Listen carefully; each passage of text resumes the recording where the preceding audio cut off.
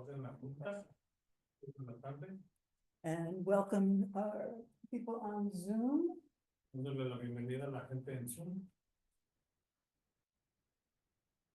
It's,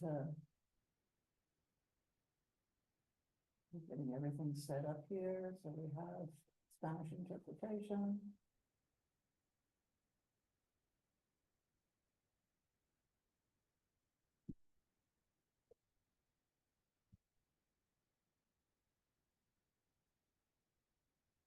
Okay, good.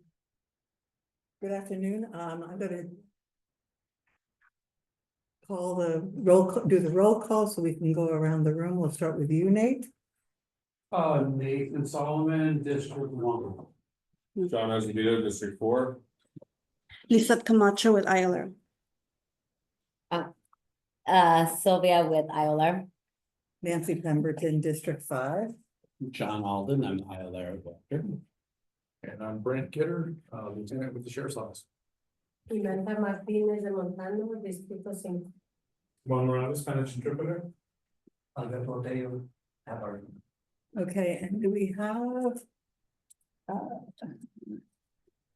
We have, I think we have one more, Robin Dewars. Yep, Robin Juris, Can she District speak? 1. That's the volume's not up. Can you hear me? Yes, now we Yeah. can. Perfect. Thanks. It's capturing. Make sure we're not catching you on the, It's getting the. 1 second.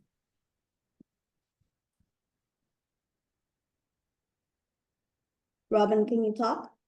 Yeah, Robin Juris from District 1.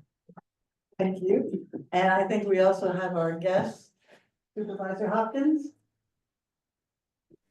Yes, I'm here online. Thank you for joining us tonight. We invited Supervisor Hopkins to speak to us and she wasn't able to come to our strategic workshop and just wanted to give her an opportunity to check in and see how we're doing and see if we have any questions for her or she has any questions for us. So Supervisor Hopkins, if you'd like to. Let him translate that. Oh, sorry. So aquí está la supervisora Hopkins. Gracias por estar con nosotros esta noche. La supervisora Hopkins está hablando con nosotros. No pudo venir aquí, pero está en un taller estratégico y quiere tener la oportunidad de chequear con nosotros. A ver de cómo estamos haciendo. Gracias. Supervisor Hopkins, would you like to say a few words? Thank you so much. Really grateful to be here today. And I actually want to start off by acknowledging the wonderful work that the CAC is doing and also my gratitude in your leading the way in Imelda's willingness to serve on the CAC and on the CAC's willingness to welcome a monolingual Spanish speaker, because I believe that is a first for a county commission. And I really appreciate the inclusivity and the language justice that you are bringing to your work. So thank you very much for that. I also wanted to share. Okay, hold on a second. Give you a chance. Can you just interpret for her along with the, because I think we have someone on That's Zoom right. who's already That's for her. interpreting. Oh, okay, just for her. Just for Yeah. her. Okay, so I Okay. can do simultaneous. Sí, Okay. gracias. If you're comfortable. that'd be If great. I'm comfortable with No, that. that's fine. Okay. I see that if you prefer. Gracias. Sorry, we're getting to see some of the back and forth. Okay, yeah, we have somebody on Zoom. Go ahead. Should I give him a moment to catch up? Go ahead, no, go ahead. Okay, great, wonderful. So I wanted to start with some priorities and sort of things that we're thinking about on the Board of Supervisors this year. And one of the biggest challenges that we are facing is the financial uncertainty. We are already being impacted by federal administration cuts. And is it helpful if I take some pauses for interpretation? No, okay. No, you're fine. Okay, perfect. Just let me know, just raise your hand if you want me to, because I can see you on the Zoom and I'll Yeah. slow down. So, Okay. so unfortunately, at the same time that ARPA, the American Rescue Plan Act funding is expiring, we are also, which was wonderful because we were able to increase funding to a lot of our community-based organizations. Just as that's closing, we are seeing potentially very dramatic rollbacks in funding from the Trump administration. We've actually already received notice that contracts that we already had with the federal government, money that we'd already been awarded is being pulled back, causing, a potential, there were temporary positions. We're seeing if we can find other funding to keep them going, but it could result in a loss of staffing and definitely in a loss of projects as well. Additionally, I just want to take a moment to address the ICE arrest that occurred in the probation department lobby. It is, to my knowledge, the first time that has occurred in a county lobby. And I think it's very challenging because it creates issues of trust with our community. Folks are required to come into the probation lobby in order to fulfill the terms of their parole. And if there's fear, there's concern that, people who are required to, by law, be there and to make appointments and to show up for those appointments may not come for fear of deportation. So we kind of have the loss of services coupled with, a fracturing of the community trust. And we are concerned also that the fact that there was an arrest in a county lobby may also lead to further disenrollment in county services for which undocumented residents are eligible. I do want to give the sheriff's office credit for, they've stood up an entirely new website. It's gone out. I think there was an official letter signed by Sheriff Engram. And we have also tried to share information in our newsletter regarding the sheriff's compliance with state law and lack of cooperation with ICE, again, except as permitted by SB 54. I also want to say thank you to Lupe Catalan from my office, who I believe has been working very closely with Lizette. And we are actually going to be holding a community meeting scheduled for our monolingual Spanish speaking community members at our West County Service Center on May 27th at 5:30, and Lupe is organizing that. But that's going to provide some, I think, additional information around the efforts that the sheriff has made and community, information and accessibility. So I think I kind of wanted to keep it a little bit short, just so that I can answer any questions that you might have. And so I would turn it back to the chair. Thank you, Supervisor. Any questions from the CAC members? Nate? What's the projected shortfall? Unfortunately, we have no idea. We rely on hundreds of millions of dollars of ongoing federal funding. And so with the budget, sort of continuing budget resolution that was passed just a few weeks ago, by Congress and the Senate, we know that we lost several $1 million worth of earmarks that we were slated to receive, which included one-time infrastructure investments in Roseland, in Moreland, and in Bodega Bay. The challenge is that we are going to have to, and all the other counties are going to have to go through their budget processes, not knowing what the actual federal budget will look like. So we may pass a budget, assuming that we will have, constant federal funding, because we can't really make any other prediction or projection, only then to have that budget substantially revised. If, for instance, we actually see cuts to Medicare, to housing vouchers. It's very important to note that a lot of our health and human services funding is federal, and that not only employees, county employees, so it's ongoing federal funding for those jobs. It also actually allows us to pay leases for some of the buildings that we lease in order to provide those services to members of the community. So things like mental health, housing, and basic health services are very much at risk. And we're also very concerned about our federally qualified health clinics, even though, they're our partners, but they really are serving frontline community members for primary care, pregnancy care, all of that kind of stuff. And then one other thing that I want to mention, there are also pretty catastrophic cuts to our resource conservation districts, which, support farmers and land stewardship. And some of them are actually looking at potentially having to lay off staff because grants that had already been awarded and staff that had already been hired to, spend down those grants are now frozen and being clawed back, which is unprecedented. Normally, once the money goes out, that's a contract with whoever's receiving it. And yet this administration is choosing to break those contracts, which is very difficult on the organizations impacted. Thank you for that. Unfortunate news. Any other questions from the CAC? How about questions from our public on Zoom? Raise your hand if you'd like to. No, I think that, it looks like that's it. Supervisor Hopkins. You can talk. Oh, just Robin? Yeah. Okay, excuse me. we do have a CAC member who would like to ask you a question. Go ahead, Robin. So I was just wondering, is the board looking for other sources of funding for those agencies that are potentially going to be cut so that all of the services, so that some of the services may be able to be continued, or is it just premature to do that because you don't really know exactly what's going to be cut? But I guess I'm asking for like, what kind of rescue, package is possible? That's a great question. And I would say that it's premature because we really don't know what we're facing at this point in time. There are conversations happening with the philanthropic community. A lot of folks are feeling that, maybe now is the time to step up. We've also suffered huge losses to our food banks already. And so, we're also concerned about potentially increasing hunger rates in our county. We don't really have a plan B. It's very hard if we're looking at potentially tens of millions of dollars a year of ongoing funding, we don't have the capacity to replace that. And even if we were to draw down reserves, you don't usually want to use one-time funding for an ongoing cause. And so that wouldn't be very fiscally responsible.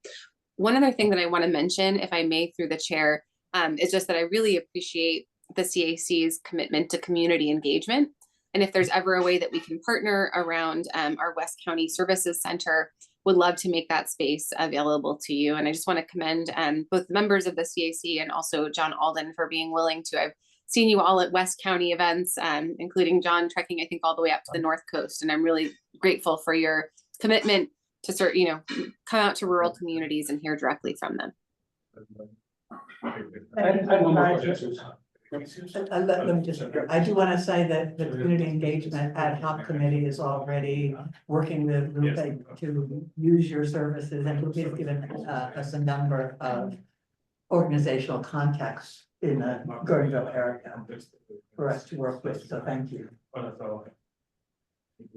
Nate? I had a question about the grant clawbacks that you mentioned. Have we looked into just refusing that request? That's an excellent question, and probably a question for county council.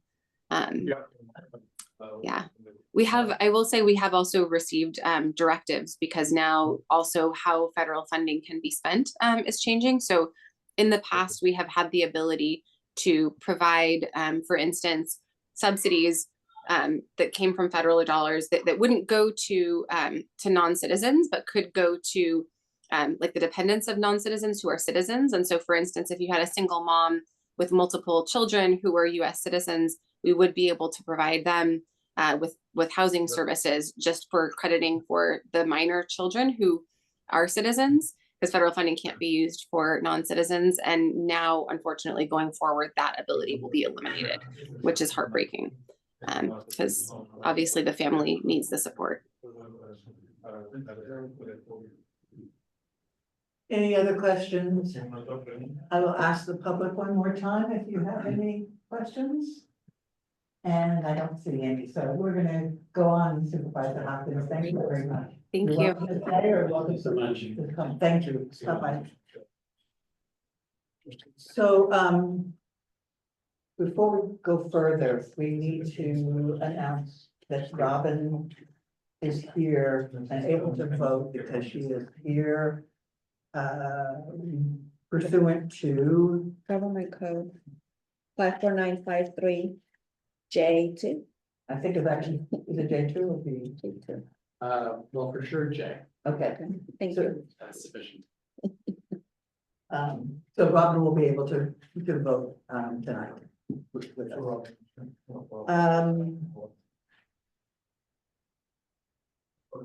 The next item is the report from our liaison from Sarah. Yeah, we're gonna let you go first. All right. I don't promise that this is gonna be short. I think I have a lot, especially in the community engagement realm. Hold on one second. Can you hear him okay? Yeah, if you speak a little louder, that'd be great, because you're kind of speaking that way. I can be loud and I can turn a little bit. So I do have a lot on the community engagement realm for the last month. Sheriff and other staff attended various events again, including Read Across America, There was an Ag Days presentation at, 2 different days where about 4,000 school-age children, with their schools came through the fairgrounds to learn about agriculture. There was a Conscious with a Cop event, which was a partnership with the Roanoke Park Department of Public Safety and Lorena Bakery, which was a successful event. About 45 people turned out to that. There was a career day at R.L. Stevens Elementary School in Southwest Santa Rosa. There was a search and rescue fundraiser at Home Run Pizza, which was, it's kind of neat. It's a, a locally owned business that offered to host a dine and donate for the search and rescue team. I'll be honest, I'm a little partial to the search and rescue team, as I was in charge of it for the entire time I was a supervisor or sergeant at the sheriff's office. It's a team of about 50 people. It varies between 30 and 50 people, depending on the month. They go out there and do a lot of really hard and difficult work that, quite frankly, a lot of deputies will do. And I'm actually happy to report, I know it's all over Facebook, but they successfully found a elderly individual this morning Oh, that was not bad. who had been out overnight. Last I heard, he was alive and getting the necessary resources. So shout out to the search and rescue team. Again, it's a fantastic team full of great people that do really, really great work as a community. He also, the sheriff's office, actually the sheriff himself went to Casa Grande High School to a government class to give a presentation. Let's see, the Spanish Community Academy concluded, since the last time we met. Again, this was the first time that academy was 100% full.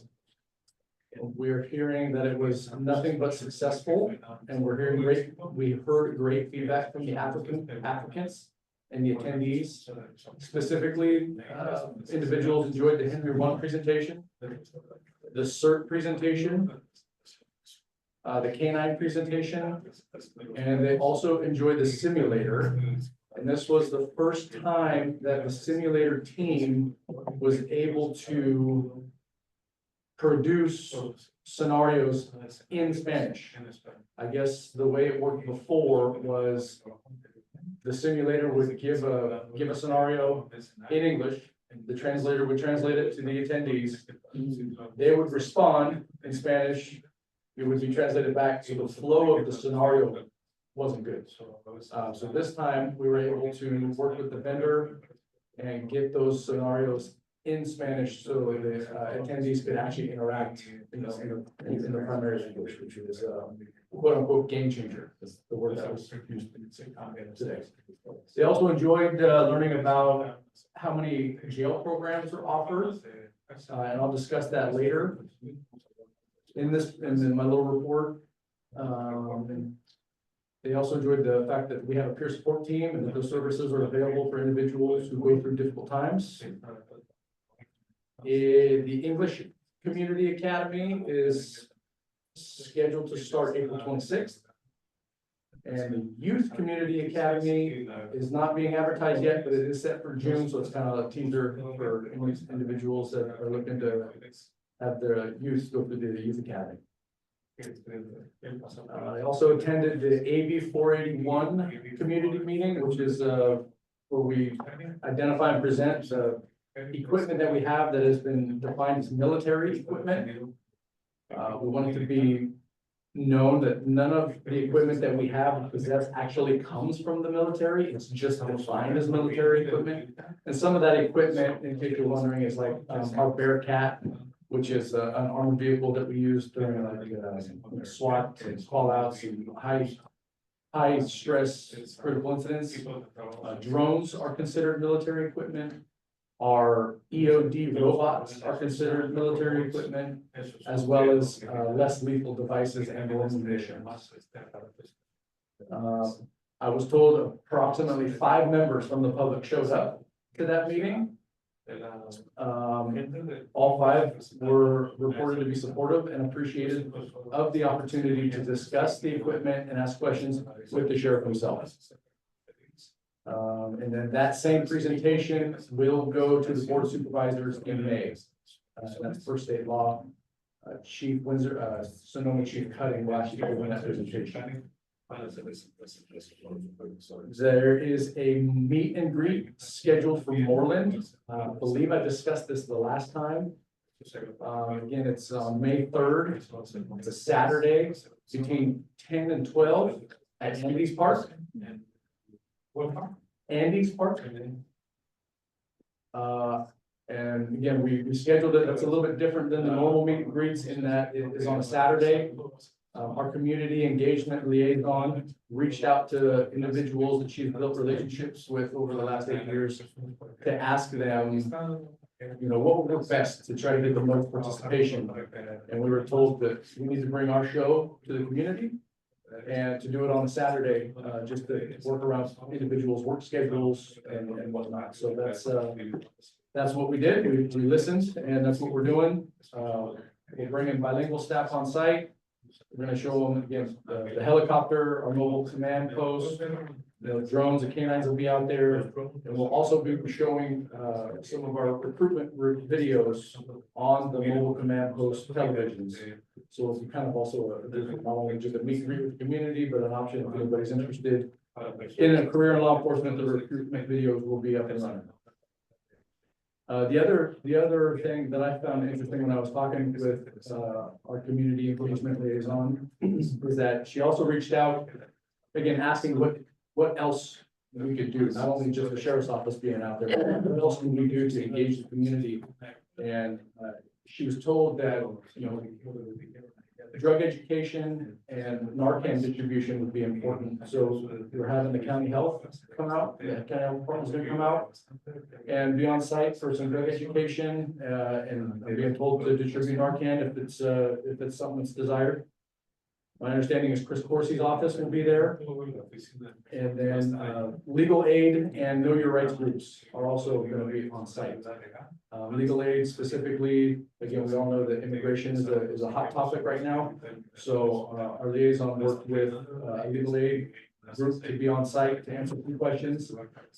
And, there's also invites to regional parks, and it sounds like Sonoma County Fire District will also be able to make a stop as well at some point. So really just trying to engage the community as a whole, not just the community in the sheriff's office, but other entities within the community that will try to outreach as many people as we possibly can. And according to our liaison, the community engagement calendar is the busiest it's been in the 8 years she's been in that position.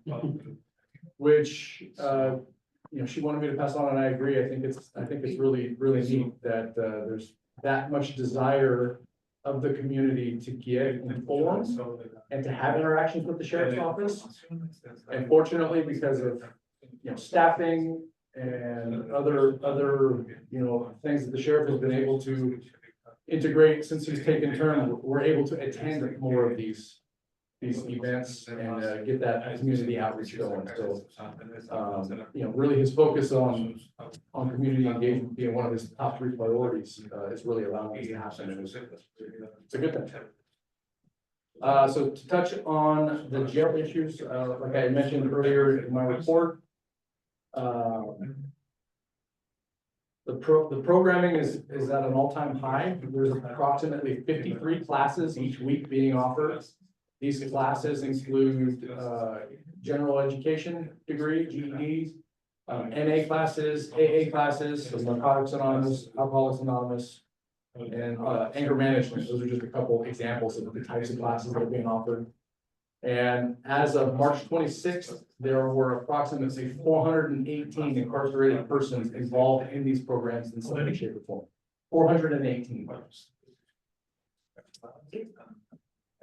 Also at the jail, we've upgraded one of the graphic display panels at the correctional deputies' desks in the modules, and we're in the process of replacing all of those. That's important. Again, the sheriff's, you know, trying to get us up to speed with technology, so it's upgrading and improving our technology in the jail, which hopefully will streamline the overall efficiency of controlling lights and TVs in the module and certain other aspects, opening doors, allowing access and in and out of the cells and that sort of thing. So that upgraded technology is going to improve efficiency. which again can ultimately result in more OCA time, which I know is a hot topic.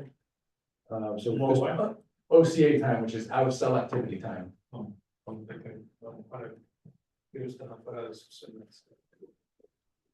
If you recall, last time I let you all know that we implemented a 12-hour staffing schedule in the jails to help with the staffing shortage.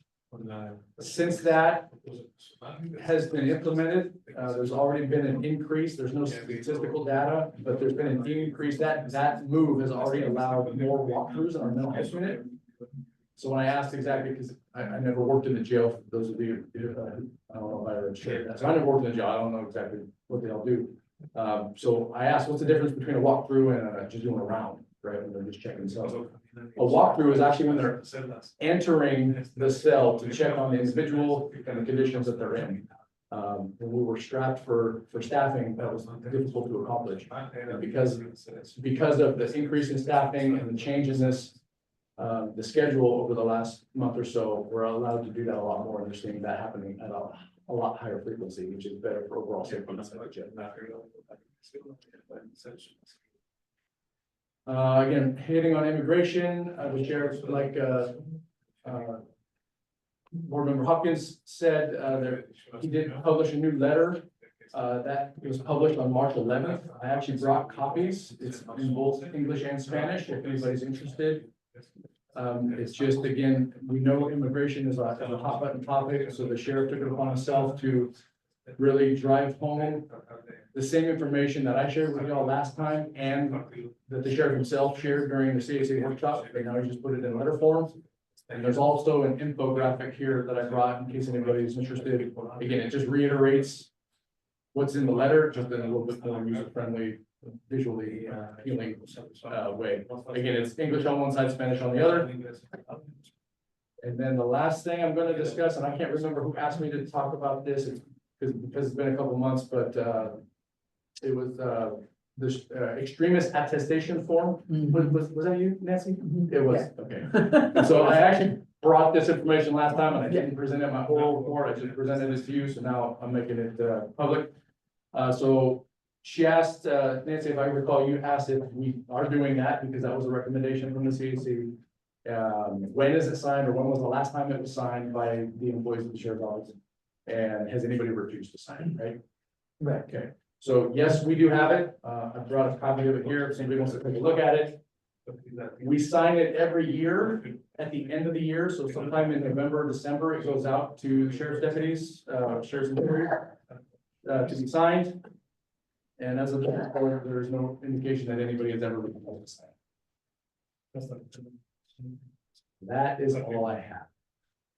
Sorry for the long-winded report. No, that's great. Thank you very much. Yeah, awesome.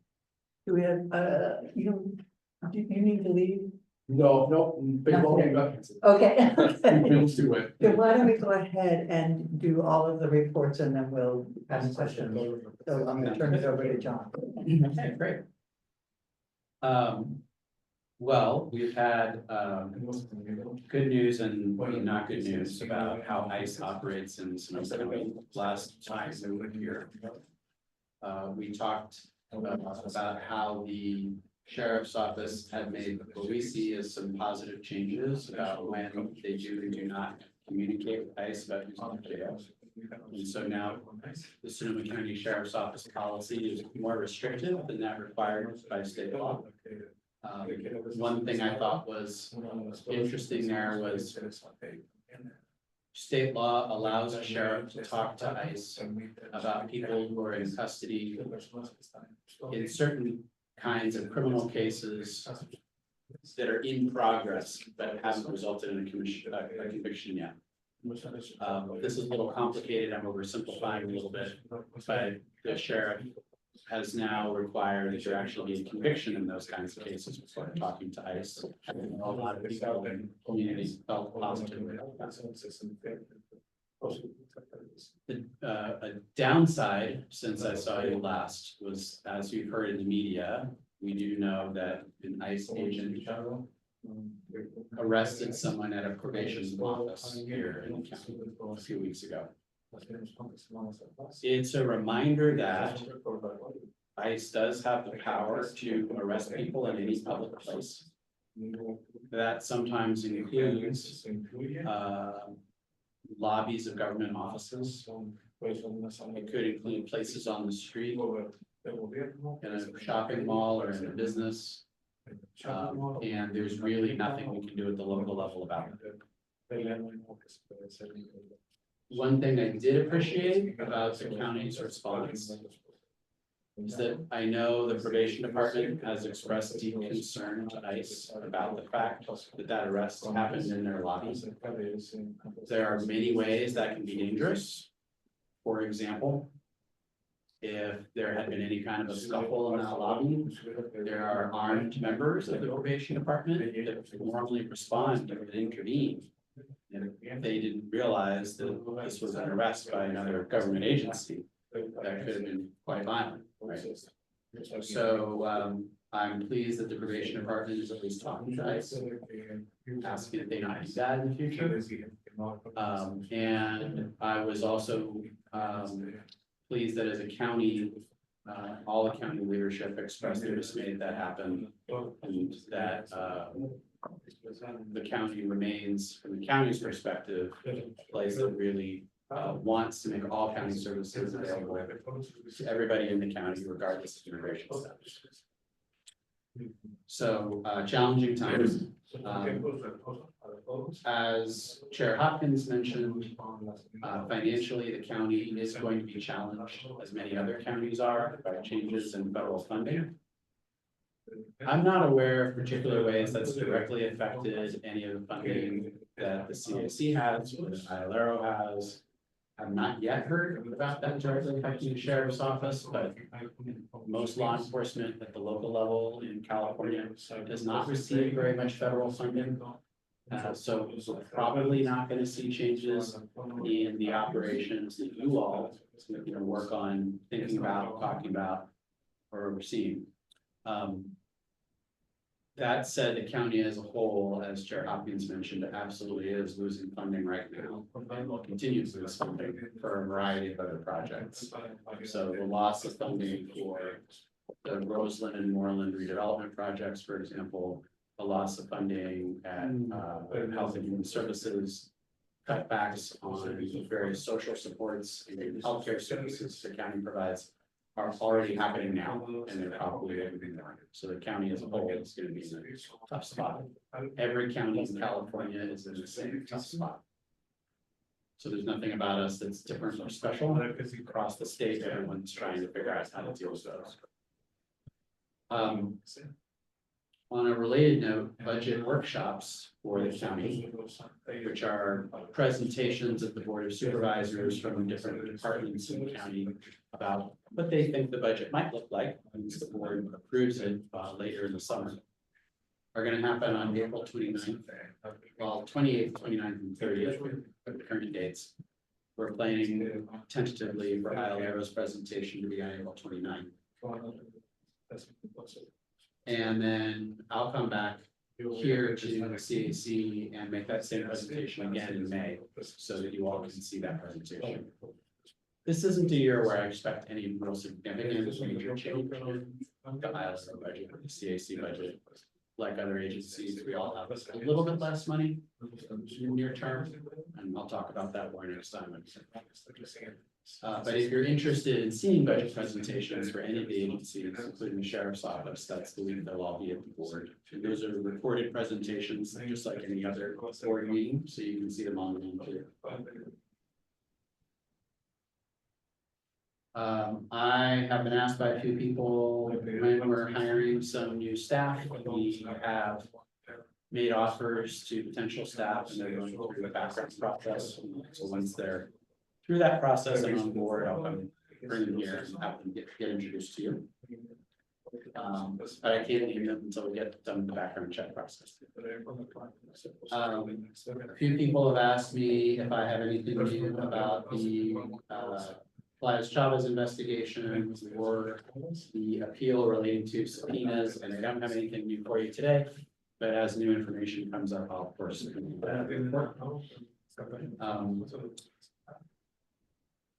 Another event I wanted to mention to you, in addition to the ones you heard about from the previous presentation, from the sheriff's office and from the board of supervisors, is a Low CN event on May 15th. It's a lunchtime event. It's about changes in immigration law over the last little while and how those might affect the things we're seeing now here in the county. We have a table for Isle Arrow and the CAC at that event, so if there are CAC members that want to go, please let Lizette know. I'll talk about that a little bit. On a similar note, I wanted to remind people too that about a year and a half ago, we came up with some standard deadlines for each of our CAC meetings about when we need items from, say, an ad hoc or from a CAC member that you want included in the agenda. One of those is generally any documents that you want to include in the agenda. We'll need those about 20 days before the meeting.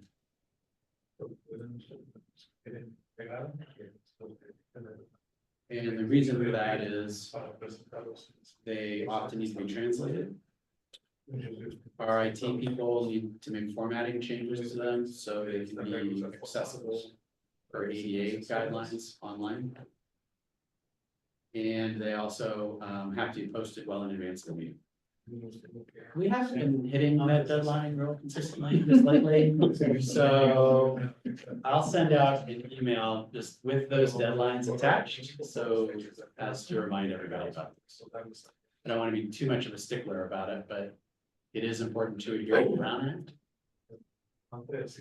And it is honestly hard on Lizette if she gets things a few days before the meeting for her to be able to comply with the Brown Act. So, gentle reminders of things in there. Lizette, do you want to talk about that Low CN event and how to be in touch with you? Yes, I've emailed you all.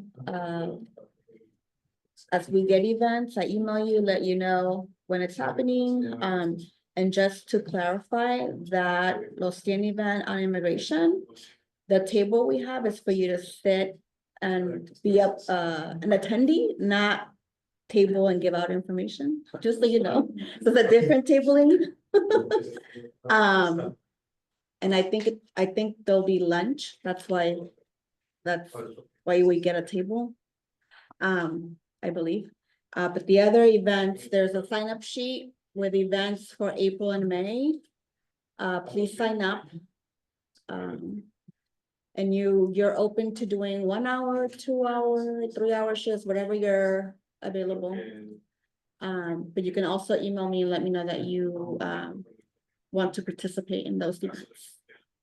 And I did meet with Misty as well, and she wanted to make sure that if anyone here signed up for the Community Academy, to let me know so that I can give her a heads up that you're coming. That deadline already passed, I think you mentioned that. Class starts April 26th. And then you already mentioned the meet and greet and the Youth Academy. They're also gonna have a Youth Academy for 13 to 18-year-olds, week long, 10 to 4 p.m. And that's gonna be probably shared on their social media or their website soon, not yet, but just wanted you all to know. And that's all I have.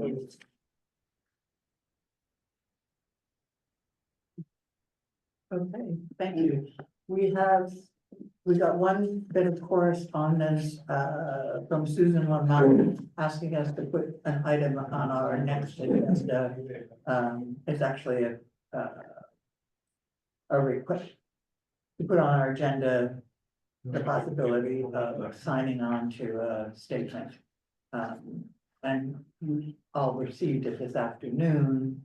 And if we decide to put it on the agenda, it will be in the next agenda packet. So that's that, but I do have it here if anybody wants to see it. So at this point, I'm going to open it up for questions from the CAC members first. And questions can be directed at Lieutenant Kidder or John Alden. So questions? I always have a question. Do we know, and this is mostly directed to you two, do we have any idea how ICE knew that the person was gonna be in the probationary office at that time?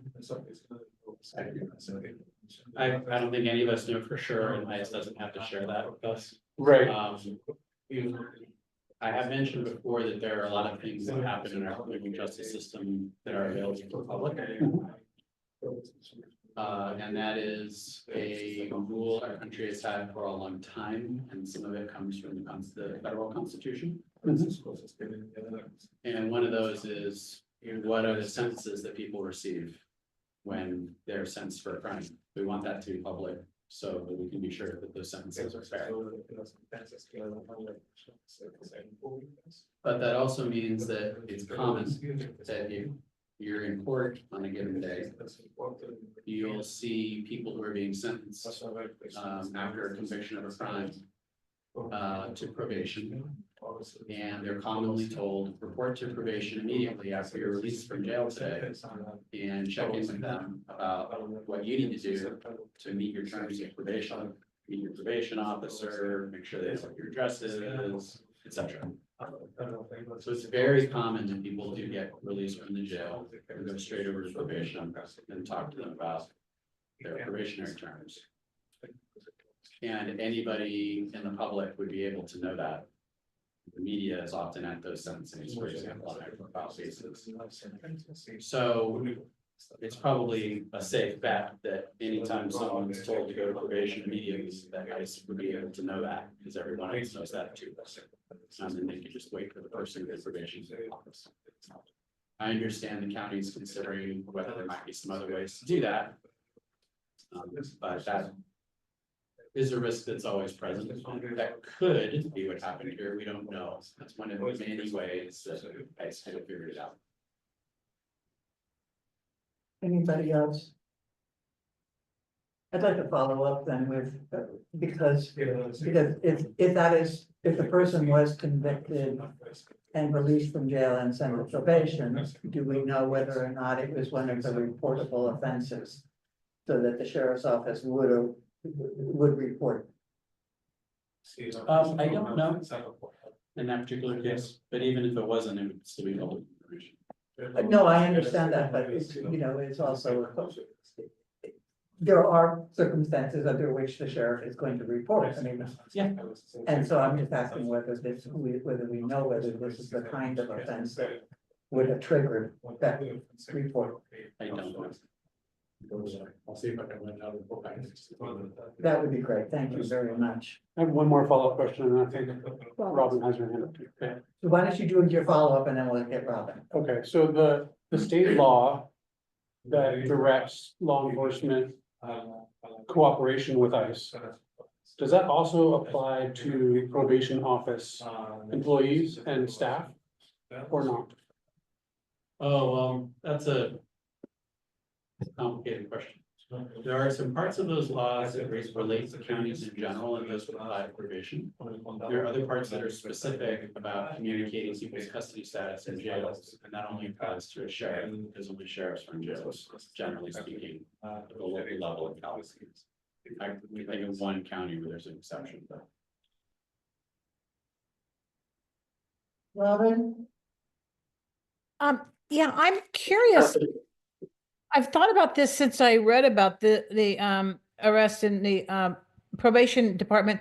And I wondered if there's any way that, I know that the lobby is a public space, but is it ever considered possible that there could be like an inner sanctum, you know, like where people wait, that is not the lobby when they have their, you know, scheduled for an appointment, that ICE would not have access to because it would be, you know, inside the probation office? Is that a thing that is even possible? I don't know. I don't think anyone knows the answer to that question yet. Any other questions from the CAC? Any questions from the public? About any of these oral reports? Okay, I have comments. you do? Yeah, Okay. Yes, I really liked having a very thorough report. I think it's really great. I wanted to also, just, if it matters, to just say yes to the Narcan. I think having the Narcan available and doing the trainings is great.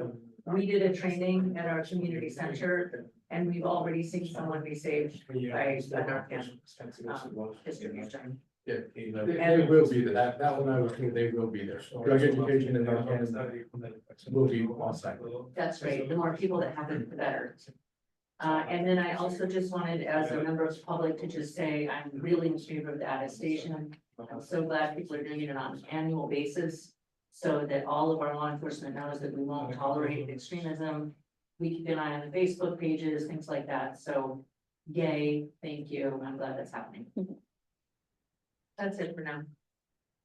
I have one other question that I meant to ask you before.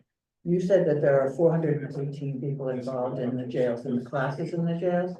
Is that 418 separate individuals, or is that 418 signups so that somebody might be attending multiple?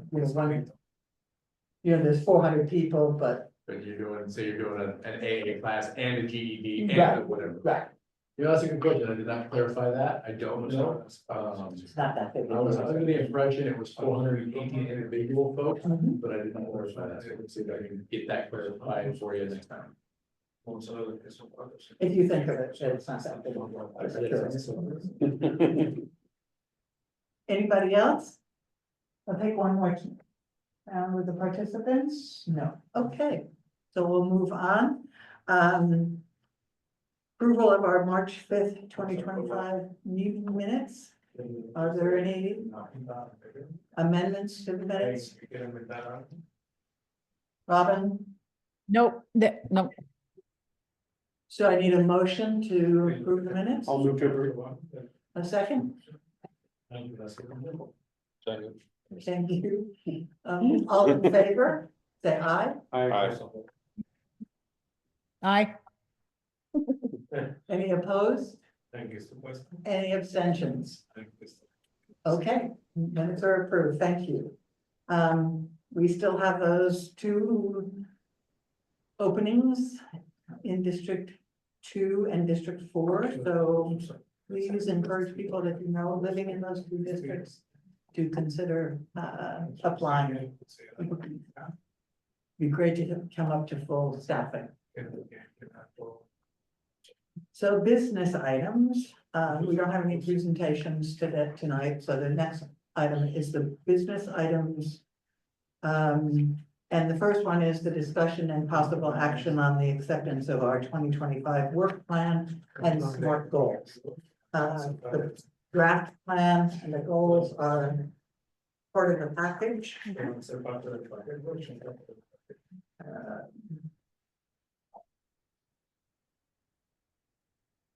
So let's see if we can start by just seeing the CAC members who would like to comment or questions or about the plan.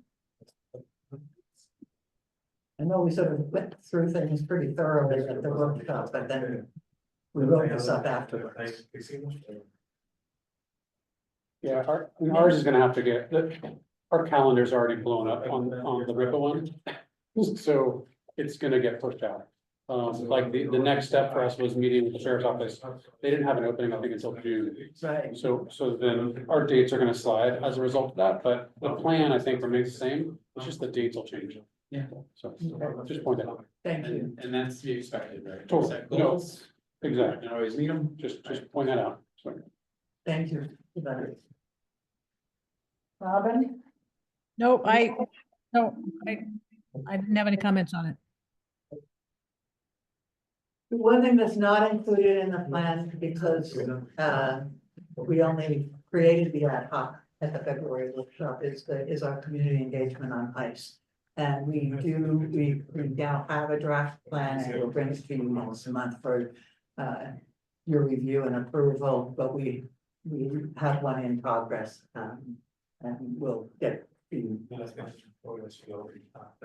So this is very easy. You have any comments?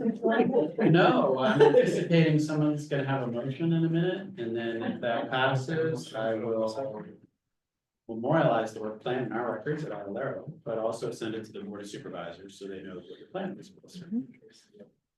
And, well, let me call for a motion if there's no comment. Oh, you know what, let me do this. Does anybody in the public have any comments or questions about our draft work plan? Very I'm quiet. trying to find where the smart goals are in this packet. Are they somewhere on this? Under each of the ad hocs, they'll have the goals. Oh, okay.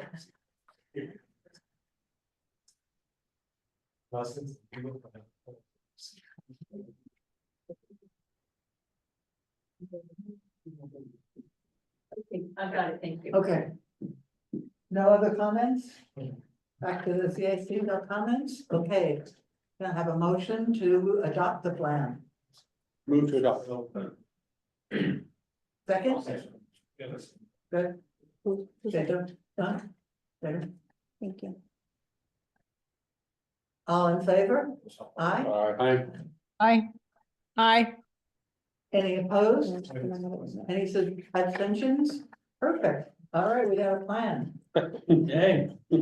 I'd like to suggest that, you can take this from the, I don't know if you know how to do this, but you could take this plan. I don't think we have it separate from the agenda packet, but you might want to send it to your supervisor yourself. Rather than just have it go to the entire board from Ilera. I mean, it's one of the things that we're supposed to do is keep our supervisors up to date about what we're doing. I can email it to the CAC, just that one.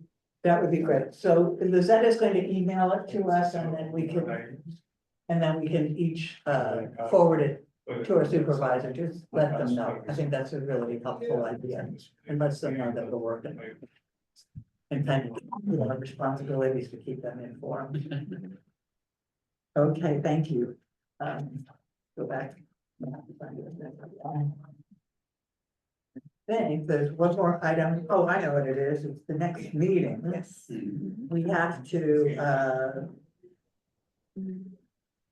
our next meeting is, regular meeting would be May 7th. And unfortunately, we do not have staff to help us hold the meeting because we're going to have 3 staff people out at a conference. And so I would like to ask if we could adopt a change in the regular meeting to be May 14th, the following Wednesday.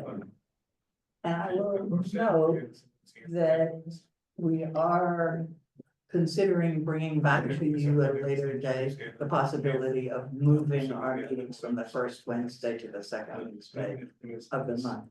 So think about that and look at your calendars and see how that would affect you, okay? Anyway, so I would, any questions or comments on that from the CAC? Any questions or comments from the public on that? Can I have a motion? So moved to move to the 14th. Second, Second. all in favor? Aye. Aye. Opposed? Abstain? Okay, we've got a new meeting.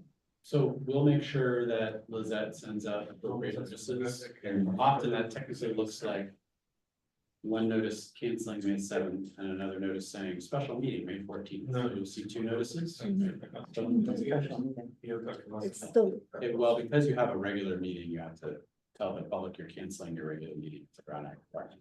Right, but they Brown Act calls it, still calls it a regular meeting. Oh, you think so? Yeah, We'll double check that. I looked at it. Yeah. If we approve it, it's the regular meeting that's moved. Just moved, okay. I looked. So you'll see some notices, so people know what it is.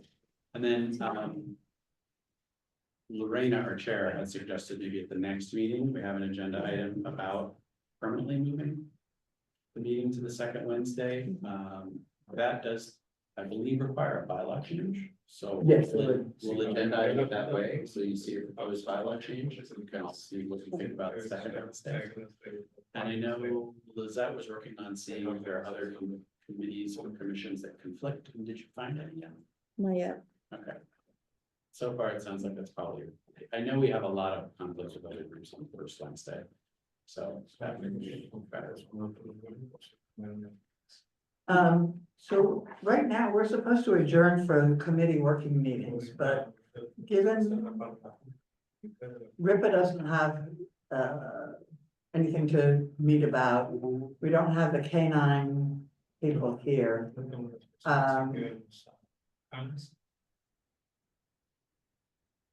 Beto, Robin and I could meet on the community engagement on ICE, but we can also do that another time. So I actually think that with your permission, I'd like to amend the agenda to not have the ad hoc committee meetings and to just go to the reports and then we'll adjourn. So I'll just need a motion to amend the agenda. Also to amend the agenda to skip the meeting. Yes. Okay, thank you. Any comment on that? Did you hear, Robin? I heard it. Thank you. Yeah, that's fine. Did we get a second? I'm sorry, Did we get a second? He moved? I think John seconded. Thank you. All in favor? Opposed? Aye. Everybody voted, so I don't know, there won't be any abstentions. So Yeah. we can just go to committee reports. So, Imelda and Robin, okay if I report on community engagement? Absolutely. And I was curious, I know that Casey was writing up a report. Is somebody going to read that or did that get communicated? He did not, he just said that he was going to be writing a report, not for tonight. Oh, I thought it was for tonight. Okay. So for community engagement, our first goal was to reach out to 15 organizations by tonight. And we didn't quite make it. We've got the letters written, we've got the organizations identified, we've got people on the ad hoc committee who are going to follow up with those. We just need to get them out. And I have one more letter I need to write, which I will get to you soon. We sent 3. I'm sorry, We sent 3. you sent 3? Yeah. Okay, so we are pretty much on track. Yes. Robin has her hand up. Very close. Robin? I sent 5. Oh, you said 5? So we got 8 down. Wasn't that Did you okay? send them? Yeah, I thought though that Lizette was gonna send them off from the CAC email, but if you want to send them from yours, that's fine. That's okay. Just let Lizette know so she doesn't send it twice. I reported it back on the form that we have that says who's the contact person for each of the, I just wrote sent on mine. Okay. Okay, great. Thank you. Ripa, do you want to just report? Sure, I mean, I think I already covered this, but we reached out to the sheriff's office, their first available thing, so it's like action item letter B on our little plan here, so. Their first availability was in June, so I think we have a date set and we have our participants all set, so. That's our kind of our next deliverable, I'd say, and then from there, we'll do the following items in that plan, that's all documented here, so. Yeah, moving along, slower, but no big deal. Okay, and hold on, I just want to tell you. What happened to Casey's? What did he send it? Oh, here we go. So. Casey said our ad hoc is at work on a written report, policy recommendations, and an executive summary to be delivered to CAC at our June meeting. The sheriff's office is not willing to be a part of the process, but we expect to generate a quality product. So that's that. And then community engagement about ICE, as I said before, we have just drafted our SMART goals, and we'll be bringing those back to you next month. But the first part of that is to meet with the sheriff and see what they might be willing to, how they might be willing to participate in this engagement. So we'll be able to report back. So any comments or questions about the ad hoc reports? Robin? Well, I would just add that the community engagement, one of our goals was to come up with a, draft of a kind of a handbook, a manual, how to, and I think we're well on our way to completing that, and with Rania's help. And I think that's worth noting that, it's very well in process at this point. Thank you, I forgot to do that. Thanks. Anybody else? Any other questions, comments? Can I add something on Yeah. community engagement about ICE? There is I think we've talked about this before here, but there is a regular meeting that the sheriff has at the board of supervisors where he has an opportunity to present about when the sheriff's office has talked to ICE people. And that's required by state law. That's currently set for May 20th. And so that's maybe not an opportunity for all of us to be talking to the public. But if we're interested in learning more, that's a good one to watch. It allows us to be more educated, informed, up to date around what to talk to the public about. Right? And we'll also make sure that's in our newsletter so the public's aware of the sheriff's office. And is the event part of the Board of Supervisors regular meeting, or is it a special meeting? It is part of the board of supervisors meeting. Okay. So we have to look up, It's certainly special and it only happens once a year. right, but we have to look where it is on the agenda. Right, I don't, right now know the time, and I don't believe that would be available until much closer to the date. Right. Ordinarily, the exact time of day, which an item like that would be on the agenda, is determined much closer in time to the meeting. Right. But that's good to know, thank you. Yes. Save the date. Okay. Any comments or questions from the public? Yes. Alcina? I just want to say thank you again to all of you who volunteer, because it's really important that we participate in our community. And so thank you. Thank you. Anybody else? Okay, well, it is now open time for public comment. Anybody from the public have any comments to make that are within the CAC's general purview, but we're not on the agenda tonight? I'd love to hear about what Susan proposed. Is that going to be spoken about? Tonight, or? Yeah. I wasn't going to, it was, but I can, but it'll be under the request for future agenda. Oh, I items. see. Okay, Okay. so I'll raise it again. Anyone else? Jim?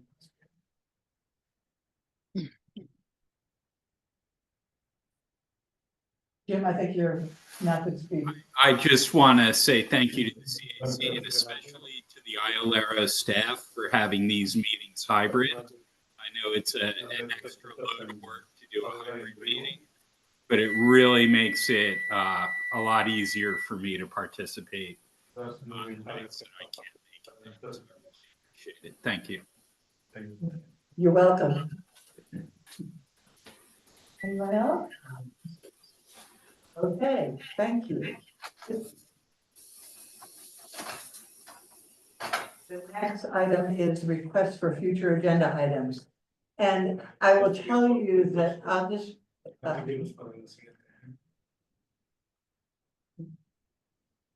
the statement that Susan Lamont wants us to consider at our next meeting is a resisted statement similar to one that the CAC endorsed in 2017.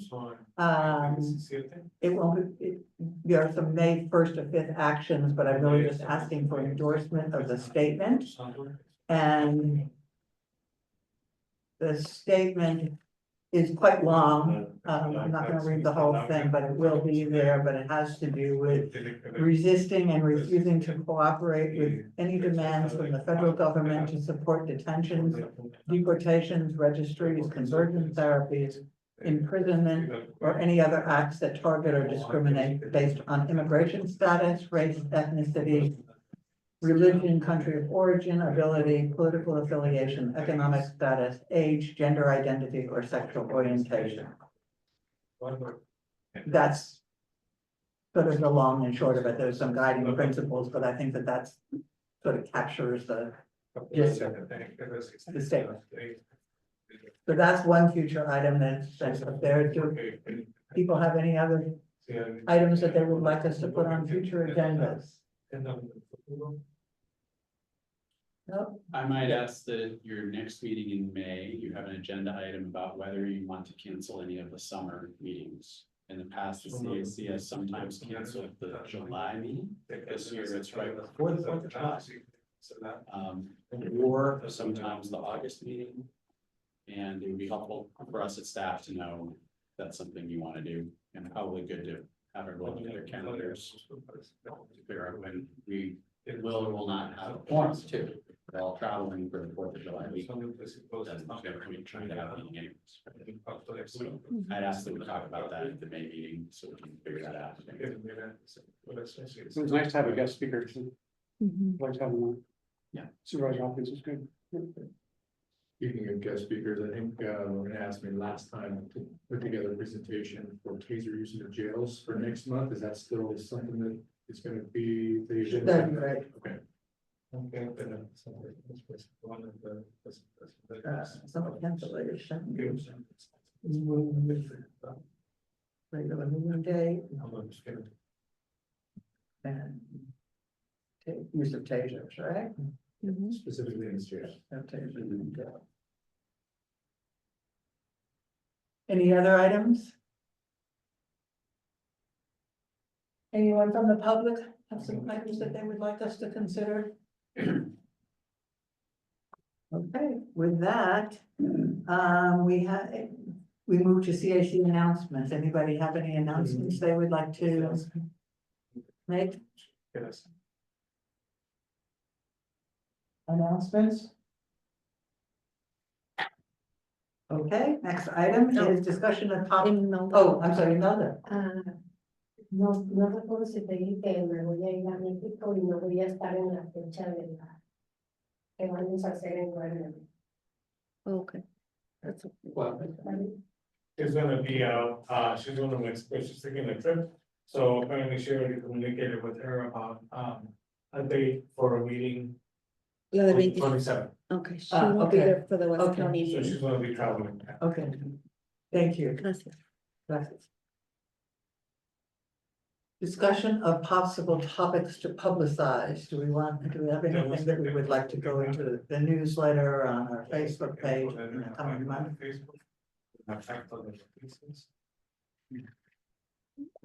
Just say. Robert. I would just say, I think, I don't think we have done this, but I think it's important that we put in the newsletter that this ad hoc on immigration is, up and running, is an active ad hoc now in, the CAC. Unless that's already been put in, I can't remember, but anyway, I just think it's important, piece of information. Noted. Thank you. And John, I'm sorry. Not a problem. I wanted to first say, I really appreciate this is a regular agenda item. Good idea. Lizette and I have been talking about making sure we get a newsletter out in 2 weeks or so. And I would certainly want to include in there some of the events we heard about today that are coming up in May. Like the May 3rd event at Andy's Park that the sheriff's office is putting together, or the May 20th pre-fact presentation forward. So all the events you heard about tonight, we'll make sure to have in newsletters.